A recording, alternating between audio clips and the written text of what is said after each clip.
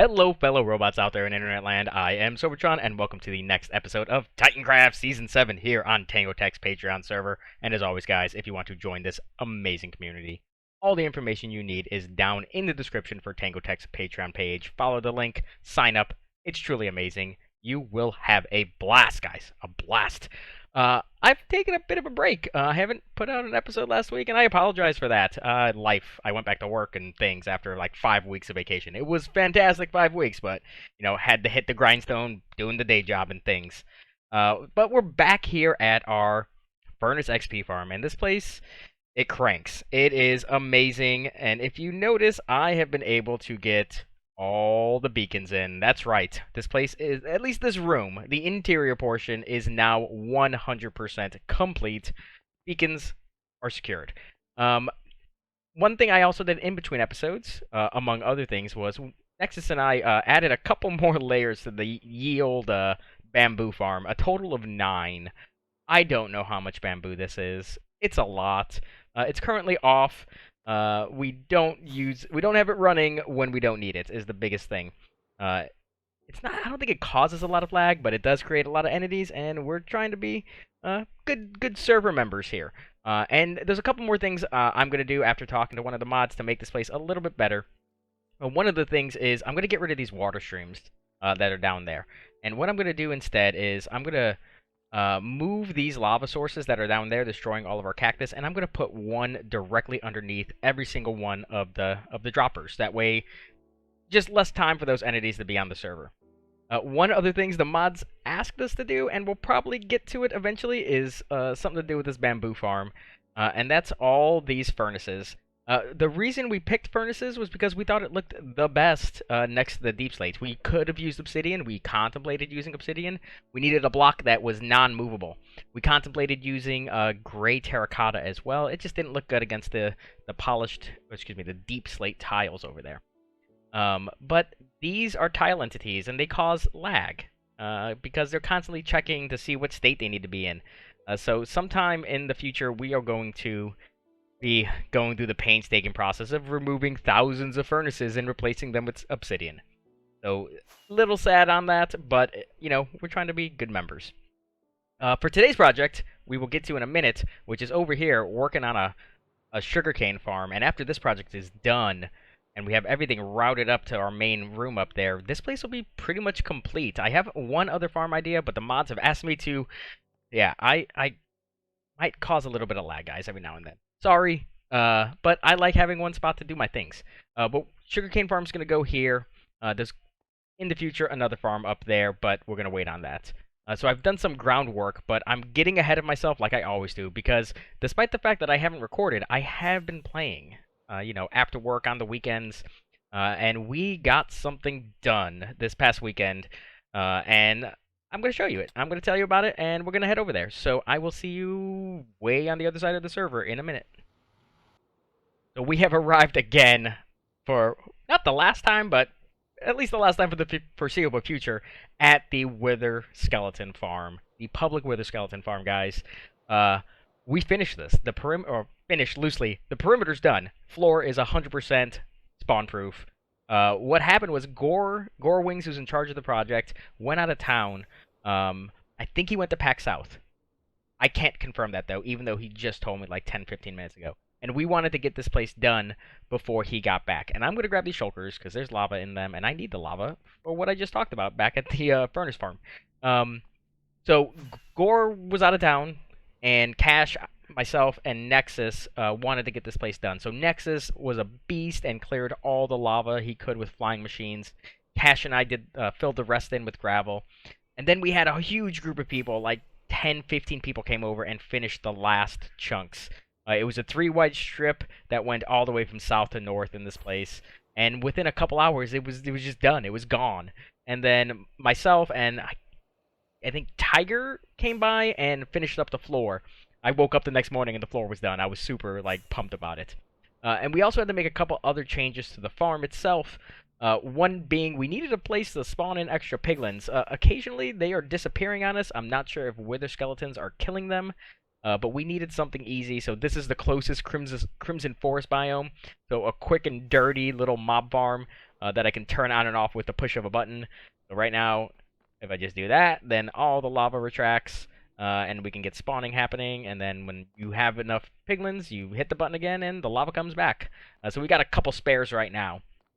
A couple other changes we made was actually to this drop chute. So before, what we were doing was right underneath those two pistons there and there, we had tripwire hooks, which are still there. And they would land on a little platform, and then the pistons would trigger, and then they would fall. But occasionally, a wither skeleton would get stuck in the open piston head, and that would cause it to be permanently extended, which was not good. So we replaced that with these hoppers here. I came by and did that. I put one item in it, so just periodically that piston would fire, and then it would retract, fire, and it would retract. Nexus then came by and wired it all up to redstone. So now whenever you're in the kill chamber, all of those two pistons will fire when you're standing in this tripwire hook here. So let's kill those guys. And I got a skull! So you can see it now that they're synced and they are firing every few ticks. It's great. That skull should end up there any second. Fantastic. And then if we get items in our inventory, we can just throw them... Hi. Hello. We can just throw them back into the kill chamber. Everything gets sucked up. Now, there is a really cool feature. I'm going to test it, but I'm not going to test it with anything good. Let's say a lot of players will be killing, and they mean to hit another button. They accidentally hit Q and throw their sword where it shouldn't go, which is into the sorting system. So I'm going to demonstrate with a rocket. So right now, all of the excess items, i.e. the stone swords, are making their way into lava. We have bones being sorted on this side and coal on this side. But if you accidentally throw something into the system, like I'm going to do now, all you got to do is walk out of the tripwire hook. And then it turns off some redstone in the back that I literally just did moments ago before I started recording this episode. And it should end up right in this shulker here. So if you're ever scared about using this thing, because it is public, anybody can come by and use it, and you accidentally throw your sword or something else valuable into the sorting system, just get off the tripwire hook, guys. Just do that. Lights will go off. Your items will end up in here. Occasionally, items will still be in the system, namely stone swords, and they will make their way into the shulker. You just gotta get rid of them. Simple, easy.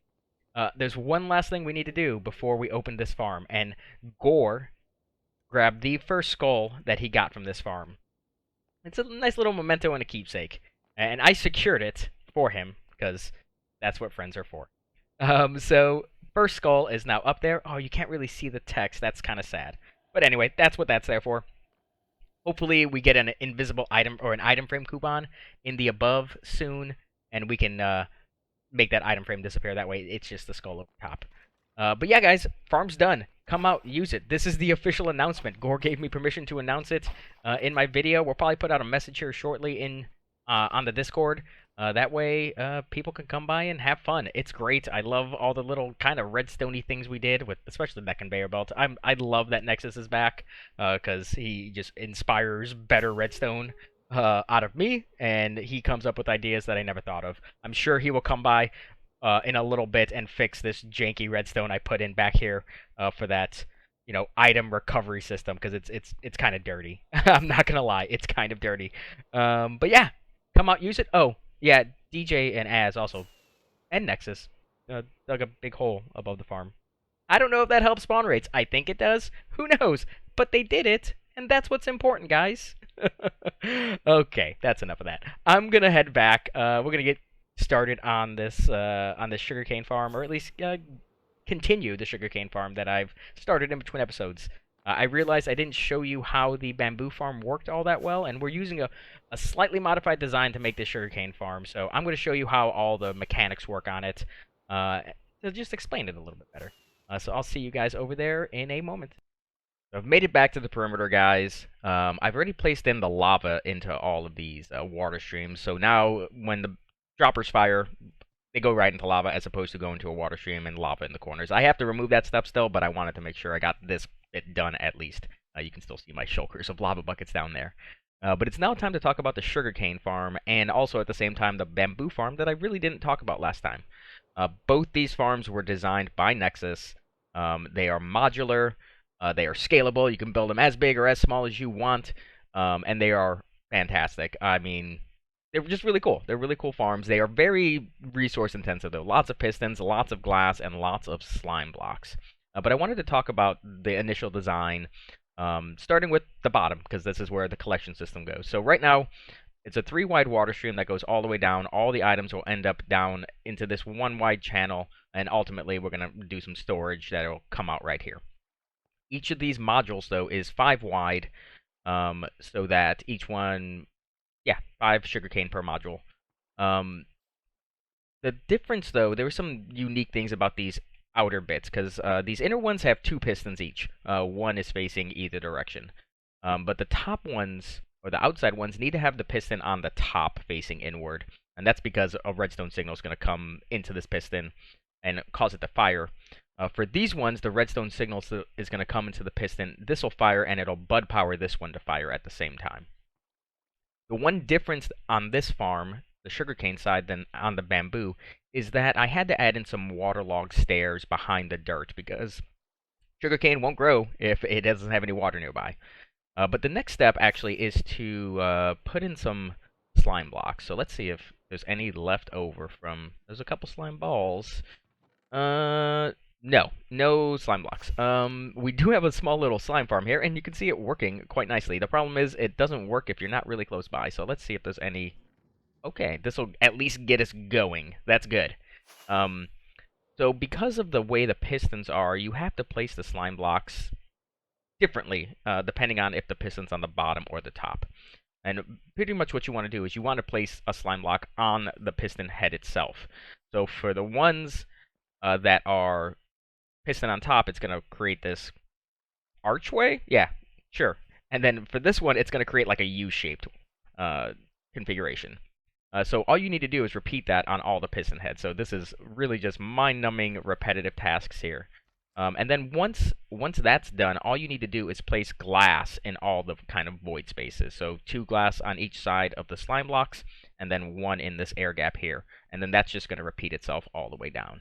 So I'm going to sit here and do this until I run out of slime, and then I'm going to find some more slime somewhere else, and hopefully I can get this first layer done. So when I get back, I'm going to have the slime and the glass in, and then we can move on to the next step, which will be the redstoney bits. So I've done a bit more work than I intended just because it was really easy to do and it's really easy to show. So all the slime blocks, all the glass blocks are in. I also placed all the sugar cane because I needed to grow because this is about half of what we actually have on hand right now. We only had about 18 stacks and I think I used just under 10 to get this done. So I needed to grow so I can get this farm going as quick as possible. We've been harvesting it manually this entire time and it's become a bit of a chore. And then the glass panes are really easy, just right in the middle of the water stream, 1 block above where those fence gates are.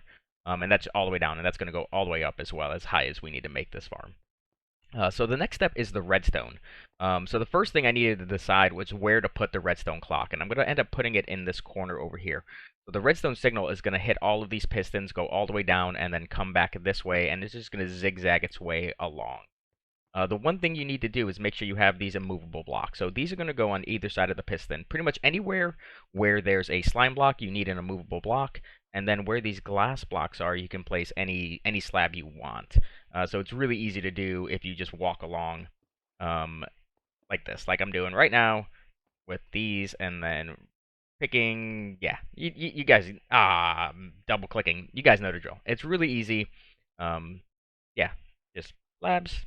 Immovable blocks. You can use any immovable block. I'm using obsidian in this case, like I explained earlier, to not have those tile entities.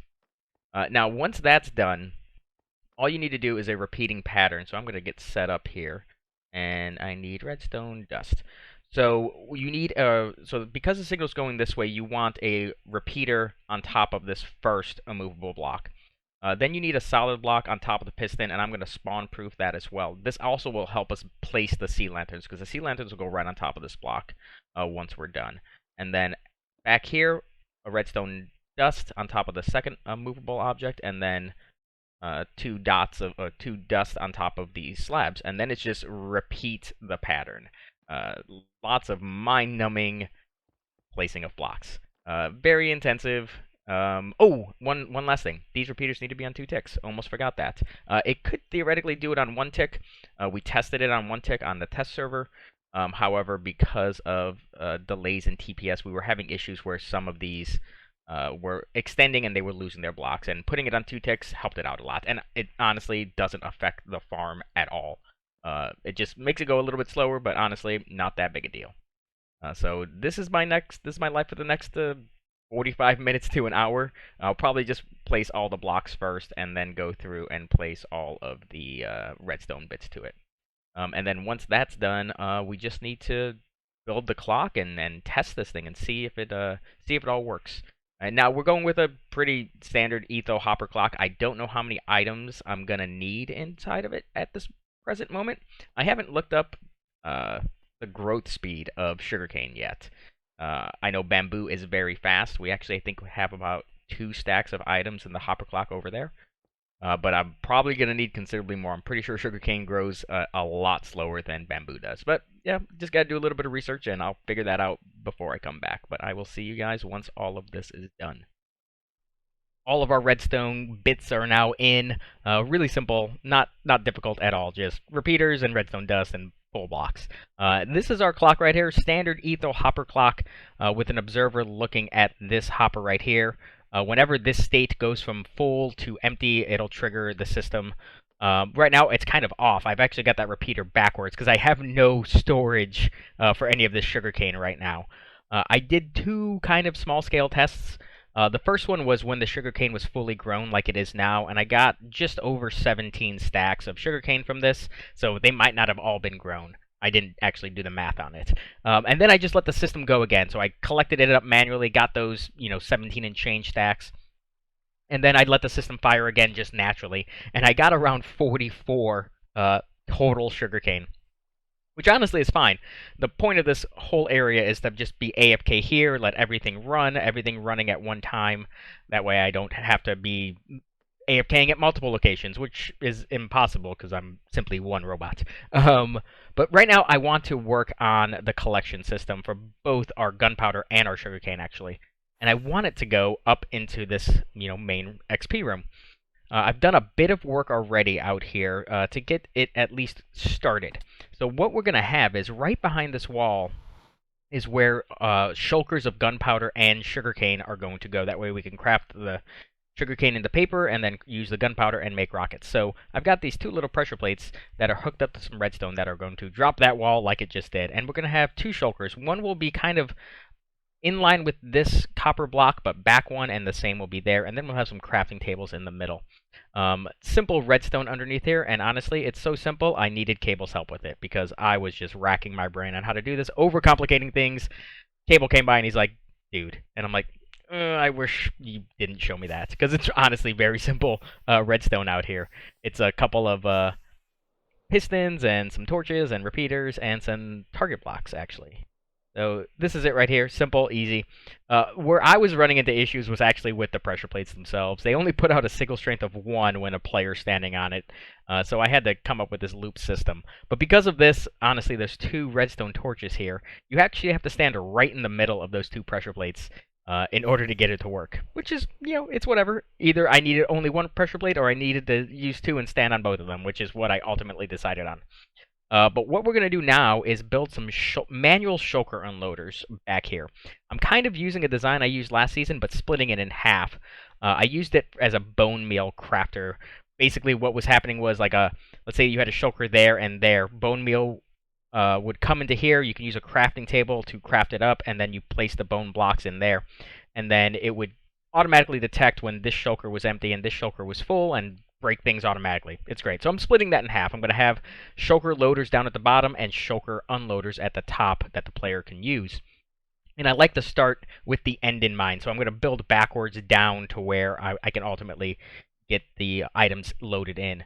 So 2 simple shulker unloaders. We're going to go up here, do some water streams, bubble baiters, all that fun stuff. So I'm going to build these 2 little modules really fast. It shouldn't take me long at all. It's not a lot of redstone. I'll show you those, and then we'll work on loading up all the items and getting everything connected up. I've got the first bit of redstone in, guys. It's going along quite nicely, actually. So once I stand on these two pressure plates, the walls drop, as I showed earlier, and then you can see nothing. Very, very little you can see. But you can. I have this first shulker of gunpowder in here, plus all the shulkers of gunpowder that we've collected thus far. And I'm noticing I missed a block on these two sides that I need to place. So let's place. I need a slab. Let's do that right now, because otherwise I probably forget, so I don't want to do that. I'd like to thank you for not dropping to the floor block. There, and there. There we go. Is that better now? Yes, that is much better. So we just need the sugarcane to come up here now. We need the gunpowder to come up here too, for that matter. I just moved everything manually. But I want to show you guys what this thing looks like. It's not one by Caabele, sadly, but it's the design I know and the design that never fails me. So this is it right here. And basically what's happening is, let's go up a couple more blocks there. You've got the shulker right back there, and it's full right now. And as long as there's any items in there, the system won't reset. It has to be completely empty for the system to break that shulker and load a new one. So it's being read by this comparator here. The signal is transferring through this way. Let's couple blocks into this block, which is powering that piston. Now, when the shulker is empty, that'll deactivate this comparator, deactivating that, causing this piston to retract again, and the observer will send a signal through these repeaters up here into this piston here. It'll extend, and it will cause that block to break, and it'll temporarily end up in this hopper here. I don't like that. I might have to add some delay to this, guys, because servers and things. Or I just messed up a timing somehow. I'll look at it in a minute. But then the other thing about this is that it will cause a new shulker to be loaded from that dispenser right there. So same signal, when that shulker's empty, that triggers that whole system there. The signal will carry over this way as well, depowering this piston, which has a cauldron that is full of water underneath it. It'll send a signal to that comparator into these two repeaters here, into that block, causing that dispenser to fire, and it'll spit out a new shulker full of gunpowder. After I, fix timings and things, because servers and such. Generally, more delay better than less delay. And I've done the same setup here for the sugarcane, except we don't have any sugarcane yet because I haven't been running our farm at all. The next step is actually to do the shulker loaders down at the bottom. You can see DJ and I have built these two, what will eventually be bubble vaders, and we're going to put the shulker loaders right here next to it. So they're about the same size, so it should be able to fit in here nicely. Standard old school Ilmango shulker loaders. These are from like 1.12, I want to say. They're tried and true. I've used them before. And then once the shulker is broken, once it's built, it'll go into another little dropper that will send it into a water stream down here up the bubble vader and load it into all of our double chests up there. Now, the one thing we are changing right now, and DJ was just working on it, is he's actually raising up all of these unloading stations for the minecarts. That way we can get quartz on all the floor and totally use packed ice for all the water here. Yeah, he needs to collect all that up. I have taken all the shulkers out of here, and we actually have quite a bit of gunpowder over here. In addition to everything here, and in that hopper, and in that dispenser, we have about another single chest worth right now. I figured 3 double chests of storage was going to be enough gunpowder for us to use. So I'm going to try to load the system with that exact amount of shulkers I need, and then hopefully, maybe not today, but in the future, have an auto shut-off switch for both these farms. Just a simple comparator reading the storage of the shulkers in these loaders I'm about to build that will cause these farms to shut off. We'll see. We'll see if I end up doing that. I usually have plans, and then sometimes I follow through with them, and sometimes I don't. But Sober's rambling again. So I'm going to build these two things up really quick, and I will show you guys the final product in a moment. Now, before I show you guys this last little bit, I just wanted to thank you once again. I just hit 300 subscribers recently, and it's all thanks to you guys. So if you haven't subscribed and you're liking your stuff, go ahead and hit the button. You know what to do. It's me. You can't say no to this face. But we're all done. It took a while, actually, to get some of this connecting bits up. A lot of like unloaders and like droppers that are firing automatically when they get an item in it, and lots of water streams all crisscrossing all over each other. DJ was able to help out a lot by doing all of these, raising up all the unloading stations here so we can have nice packed ice everywhere. And I know I said I was going to use an El Mango loader system here, and I don't know why I did that because I tried it on a test server before then and it didn't work. And I knew I was going to not use that one. So this is like the other half of what I had last season. So this is the loading system. Pretty basic stuff. All the items come into the water stream down these hoppers. So right now this side is filling up with gunpowder. This side is filling up with sugarcane. And then once these are full, comparator is detecting it. It has to be full because of that redstone block next to it. It's actually comparing it, which is strange for a comparator to do, right? But similar system that up there. Signal comes through, and it causes that piston to fire, and then it breaks it. And then on this side, a little bit more redstone to cause this dispenser to fire a new empty shulker. And we've got the same thing over here. And then once that shulker breaks, it ends up in this dropper here, and it just goes into the water stream all the way up there, and then it'll end up into this kind of bulk storage system here. The only things I have left to do now is actually get a ton of shulkers. We have a lot of gunpowder right now. I've been using most of my shulkers for gunpowder. But there's a lot more empty ones down here, but I kind of want these... I want to ensure I have about 3 double chests of shulkers each. That way, I never kind of run out of space, would be the easiest way to say it. That way, there's 3 double chests of storage up there, 3 double chests... Actually, there's 4 double chests down here, but I want 3 double chests of shulkers on each side. I think that'll just make my life infinitely easier. But I'm going to wrap things up here. I do have some stuff I want to do probably in between episodes, like auto shut-off sequences, and especially raising the sugarcane farm up a couple more layers, because this is not keeping up with the current state of the gunpowder here. I know it looks the same right now, but don't let that trick you. We have much more gunpowder. I think we only have 2 shulkers of sugarcane, and I don't even know how much gunpowder we have. But once again, guys, thanks for all your support over the last few weeks, and until next time, you guys have a good one.